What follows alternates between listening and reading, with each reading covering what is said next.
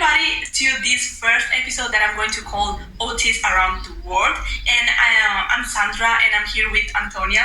Hello. Hello. And we are going to talk about OT here in Germany.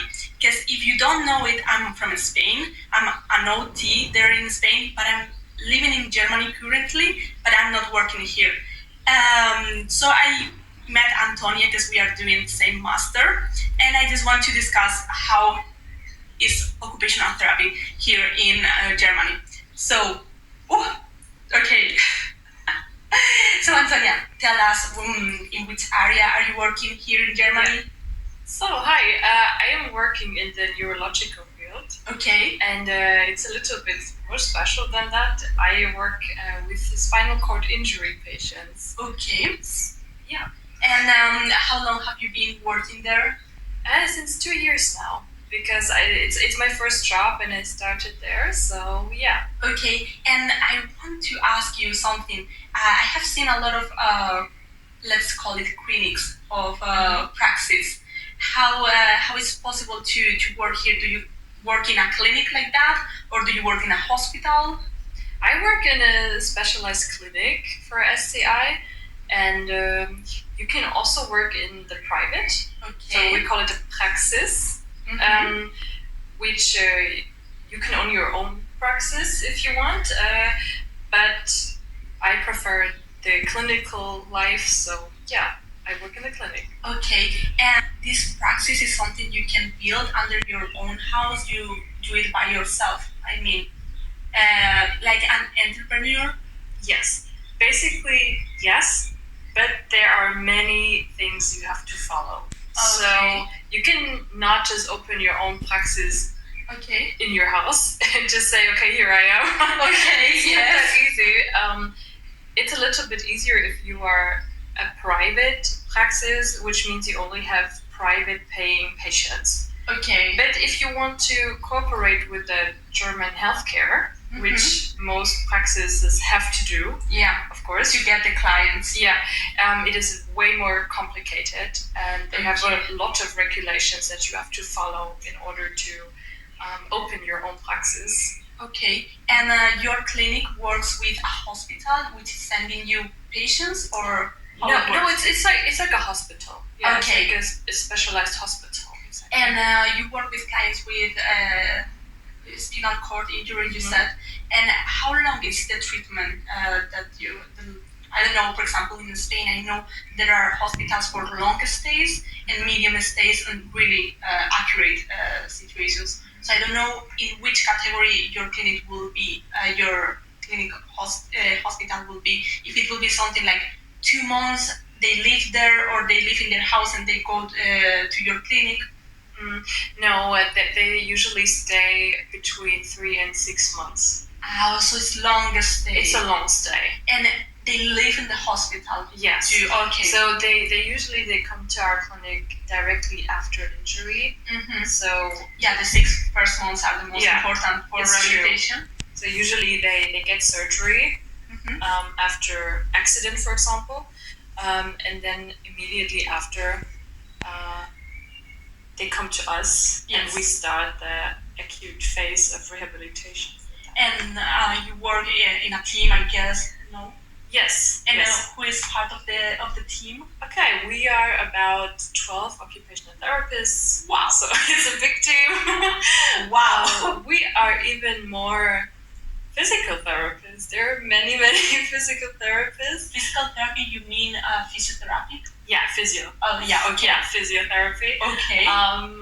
We have speech and language pathologists. Yes. We have, of course, many nurses. Okay. The most important, I guess. Yes, to run a hospital, definitely. Yes. And a lot of excellent doctors. So. Okay. Yeah. And your team is, I mean, it's a really good. You have a lot of staff. Are you organized by smaller teams? I mean, do you have your another OT and the physiotherapy? You 3 work together, or you all work with everybody? We all work with everybody. Okay, and is there a coordinator for? Yeah, the occupational therapists, we have a coordinator and the physiotherapist as well. They have their own leader of the teams. Okay. And it's like But that. it's an OT who is a leader for the OTs. Yes, it's an OT. Okay. Wanted to ask you, because you have said it's your first job, I wanted to ask you about your studies. How do you study here occupational therapy? Yeah, so there are two ways basically in Germany that you can do if you want to become an occupational therapist. And the first is you can do a Ausbildung. Okay, let's try to. So it basically it takes 3 years. Okay. So this is what most OTs have done to become a therapist. Because OT is not how you call it here. You have another name for OTs. It's Ergotherapeutin. Okay. In Germany. So.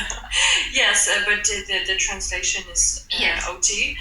And so you have this way of doing this, how we call it in apprenticeship, kind of 3 years. Yes. And then what they have to do? So you go to a special school for that for 3 years. Mm-hmm. And then after you have a license from the state of Germany. So you have to be a licensed OT to be able to work here. Okay, so what is important is to get this license. Yes, exactly. Okay. Without this, you cannot work. And it's an exam, this license? Yes. Okay, so you study and then you do the exam to become an OT. Yeah. Okay, so one way is the apprenticeship, which is 3 years, and the other way? Exactly. Since only a few years, you can also study occupational therapy in Germany, and then you can finish with a bachelor degree. Okay, so this will be at the university. Yes, exactly. So you can study that only in private universities, of course. Yeah. And it takes basically 3.5 years. 3.5 years. Yeah, so you also finish with a license from the state of Germany, which is very important. So I took the same exam than people who go to the special school for OT. But also you have your bachelor thesis and you have some scientific subjects within your studies, so it takes a little bit longer. Okay, because what I know about this apprenticeship, because they are quite popular here in Germany, like I know nursing is also an apprenticeship or a degree at the university. And I was quite surprised at the beginning, how is it possible? So would you say, I think these apprenticeships, from what I know, they are more focused in practice. They are kind of really focused in practice, and I don't know if it is true. Maybe for occupational therapists it is not. But so it depends, because the state of Germany tells you how many hours of practice you have to collect during your studies or during your training. So we both have the same amount of hours. Practice. So we need to do some internships. Yes. Yeah. In both ways. So I would not basically say that it's more practical. Okay. But I think you will be missing some parts of clinical research methods, for example. And I think there are also big differences between the schools. Okay. So yeah, I think it's very difficult to give an answer to that. Yes, and you haven't had that experience, so still we are talking about unknown. But you have said that in the degree you have like a little bit more research approach. For example, you have a thesis to develop at the end. And do you remember any of the subjects you have to study during the bachelor? I want to compare a little bit what you have studied, not because something is better or not, but to see the differences. Yeah, we had a lot of clinical research methods, which is particularly quantitative methods in clinical research. So we had our own projects that we needed to do, and we had to write a review, for example. And for my bachelor thesis, I conducted a little study on my own.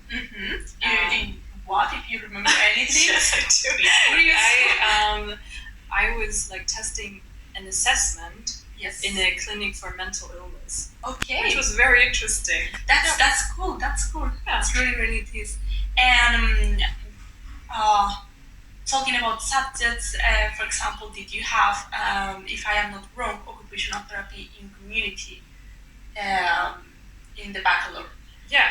And for example, that's different from me. I didn't have it at the university. Of course, it depends in which university you study in Spain, as everything in this life, it differs. But that's one of the differences I find, for example. And I guess we both studied anatomy and neuropsychology, mental health, I will say, yeah.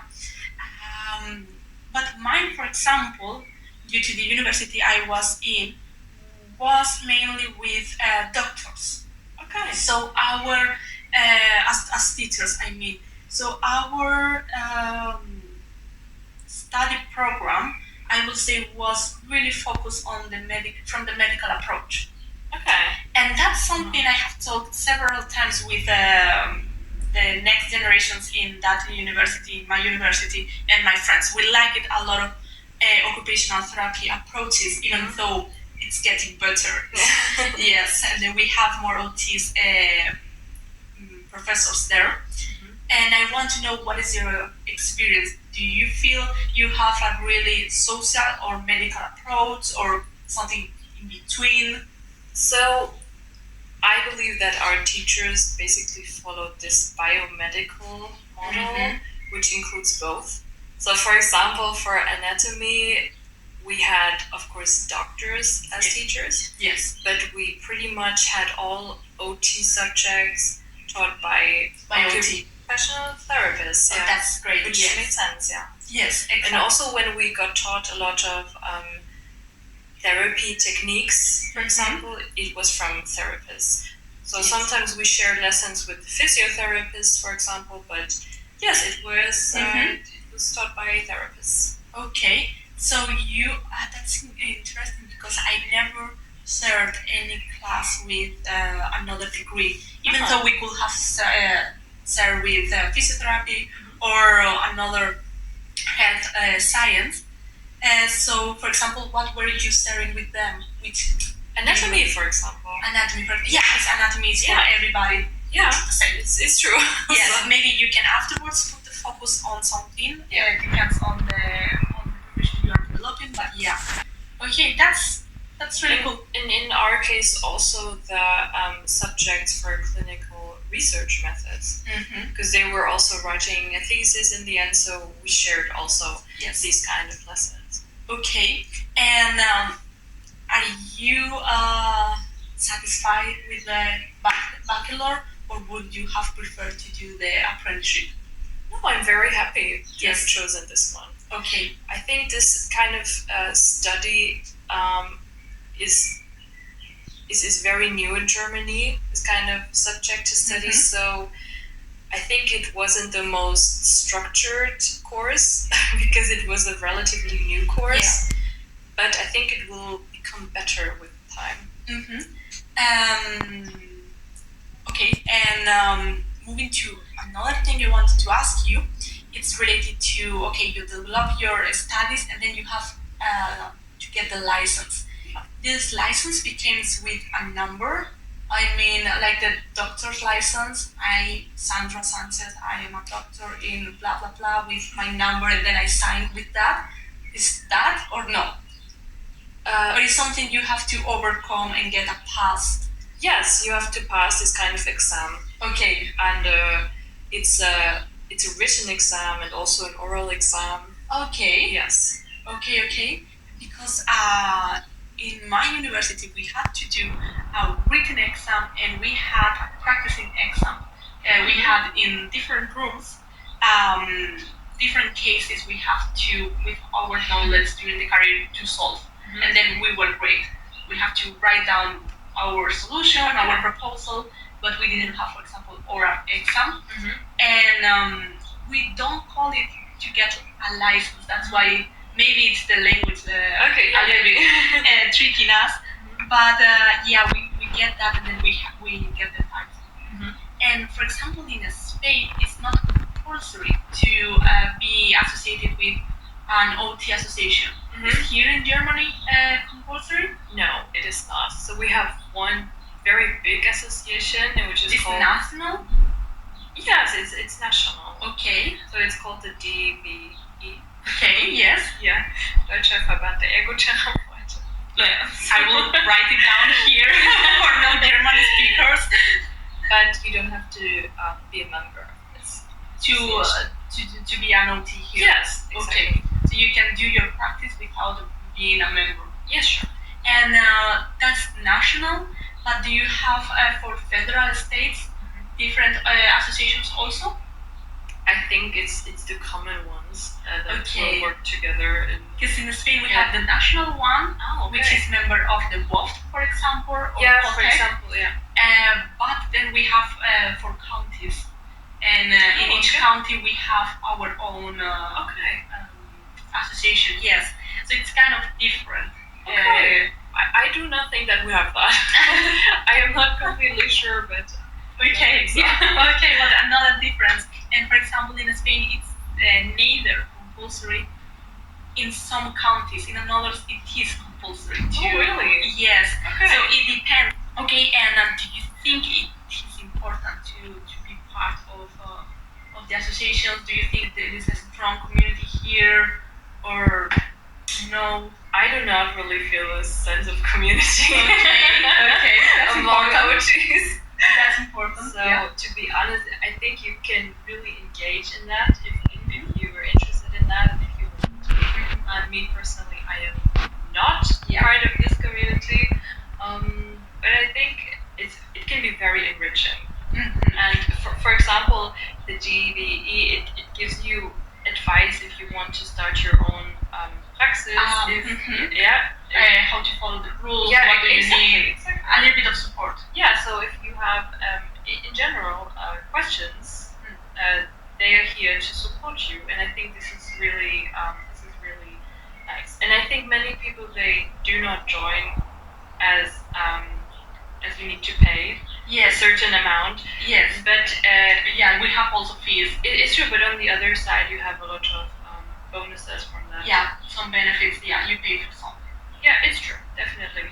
Okay, that's very interesting. And among your idea of OT in Germany, do you think it's varied? Is it well valued here? Is it known by the population? Because I've been asking several times from German people what I'm working in, and I just translated to them that I am occupational therapist, which is ergotherapy, and they are shocked. So I don't know if it is popular here. I think not everybody knows what it is. Many people have this connection with childcare or with therapy for children. It's because there is a lot of OTs working with children? Yeah, it's exactly that. And often when I say I'm an OT, they say, "Oh, you work with the children." I say, "No, I don't." So we have more areas more than that. Yes, basically yes. So it is that. And for example, in which areas can an OT work here? In so many. Yes, kind of in almost every field. Like we have a big field in pediatrics, of course, but also in the neurological field. And that will be like what you are doing in the hospitals? Yeah, but also with stroke patients, this is very popular, of course, but also in orthopedics, which is like shoulder and arm and hand rehabilitation. And for example, in nursing homes, it's also there the OT, because that's a huge area in Spain, for example. Okay, maybe in some bigger houses, yes. Okay. But if it is more like a very small nursing home, they will have OTs from outside. So they usually have occupational and physiotherapists from outside who come to see the patients once or twice or 3 times per week. Okay, because I guess from that is a more physical rehabilitation work with those people, because as an OT in Spain, the OT OT structure the day of all the elderly people in the nursing home with cognitive activities in the morning to socialize, to develop and not let fade away all these cognitive abilities. And then there is also a lot of activities which are related to prevent the isolation, deprivation, alienation that they can suffer. So it's a really key person in nursing home, for example, in Spain. And I get from you, it's completely different approach here. I believe yes. Yes. As far as I know, yes. And for example, with kids, can you tell us how they work? Do the OTs work here in schools, for example, or it's private after the school?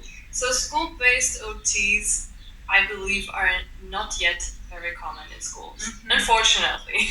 Unfortunately. So in Spain, we are still fighting. We will get there. Yeah, I hope that we will have that too soon. I don't know so much about that. So basically, it's more in the private. Yeah. Okay. So usually, children they have therapy once or twice, or maybe even 3 times per week. Yeah. So they visit the praxis of the after school with parents. Yes, for example. Yeah. Yes. Okay. That approach is the same in Spain. We are still working for being at schools. And I wanted to ask you because I know some people in Spain they are working in prisons. Yeah. Yes. And is it here also? Oh yeah, for sure. Yes, that's for sure. That's great. It's not a really popular area to work in, and some people may not know that it's possible to work. So I wanted to know if it's possible here. Yes, it is. Yeah. For example, I'm not sure about a prison, but definitely in this part of mental health institution. For a long time. Yeah, for people who, yes, okay, were convicted for illegal activities or for crimes. So yes, it's like a prison for people with mental illnesses. Yes. So there are definitely and always occupational therapists. Okay, because I get from that also that we work here also in mental health settings also, maybe clinics or very much, daycare or hospitals. Okay. And for example, I know one girl who works, she does valorations home to home, to valorate the house and valorate also the autonomy that the person has to do a report afterwards and send it to the government. Maybe for the money, for grants, or something like that. I don't know if it is possible here. Usually not. Okay. So you can of course evaluate the home situation of a patient. Yes. To adapt it, Yes, it's exactly that. And for example, in my clinics, we do that as well, but we do not have the possibility to actually go to the person's home. But we usually get pictures from the home, and then we talk with someone. We call it a Sanitätshaus. Okay. We say like a sanitary person who can go and who knows better about the adaptations and aids for the home environment. Okay. So we usually discuss that with the patient and with this sanitary person. So it is more that. Okay. So there is a third person who can came and do the adaptations. Yeah, and of course, if you work in a praxis, the person or like the patient, they can come to you, or you can also visit them at home. Yes. Okay. Because that will be my next question. Because I know a lot of OTs who works in Spain as entrepreneurs, and they go home by home. To work with the people 1 hour, 2 hours, whatever it is needed. Hard work to be done, a lot of taxes to pay, but they are developing the practice in that way. And I guess we have covered everything. I don't know if you want to say anything else about OT, any other idea, thought that you have. I don't know. I find interesting getting to know how your same profession can be developing in completely other way in another country, or it's still be in another country and works in the same way. So it's really, really interesting for me. Yeah, for me too. Because I think in the international setting it's very different. Yes. So I would say that usually OTs, they don't work in research very much in Germany, so Yes. they are very far from that. Mm-hmm. For example, in Switzerland, it's very different. Okay. Therapists usually have a higher education also in this field, and in Germany this is not yet very developed. Yeah. Okay. That's really, really interesting. Maybe I will have to find that Switzerland OT for the next interview, and this is done. So thank you so much. Thank you for having me. I really, really appreciate it. It was super nice to have you.